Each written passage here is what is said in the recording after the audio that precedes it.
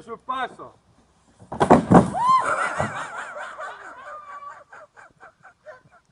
Quick and fast.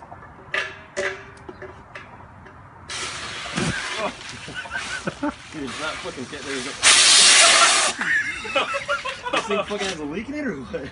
What's up everyone, today I have a very cool video for you guys. We're gonna be testing all the iPhones that have existed, starting from the iPhone 6 Plus, released in 2014, and all the way down to the first generation iPhone, released in 2007. Apple has released 10 different phones in 7 years, and we're about to discover which one is the best.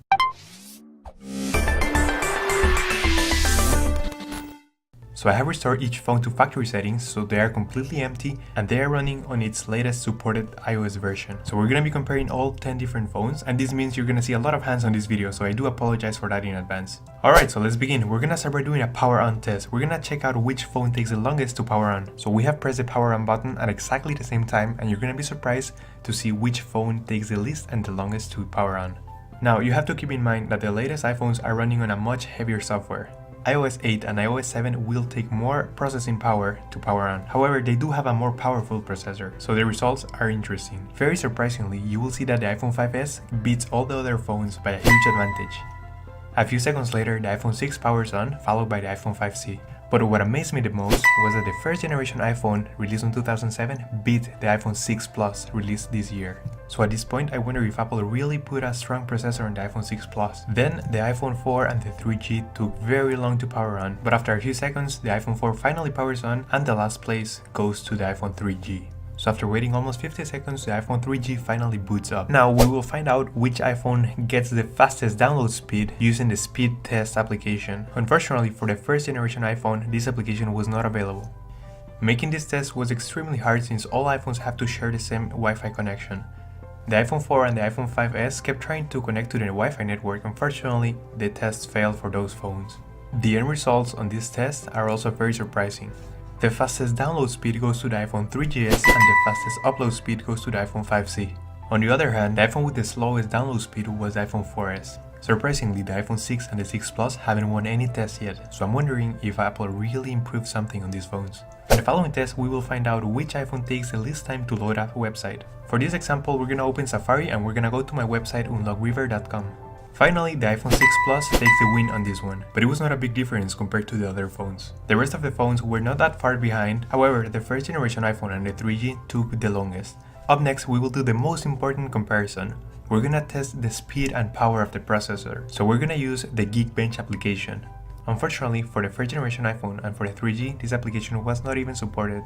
So we're gonna start every phone at exactly the same time. If you haven't heard about Geekbench, Geekbench will measure the raw processing power of every phone. This will tell you how fast a phone really is. In other words, it will tell you how fast your phone thinks.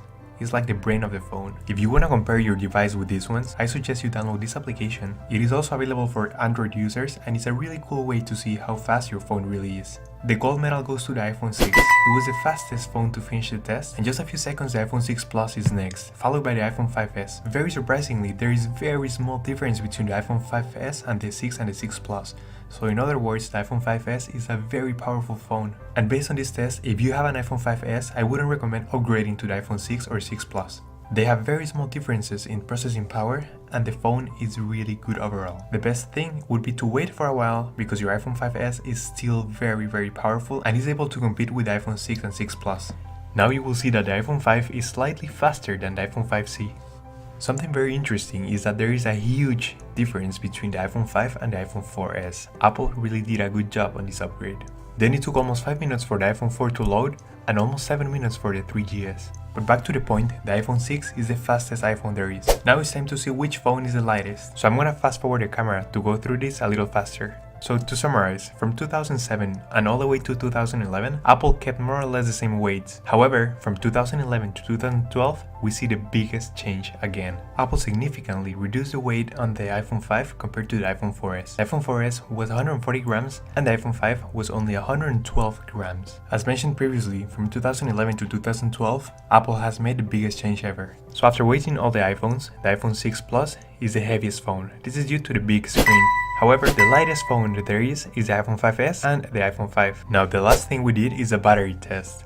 We played exactly the same movie at exactly the same time and left it running for hours. However, the winner is the iPhone 6 Plus. Surprisingly, the iPhone 6 Plus has the best battery life even though it has the largest display.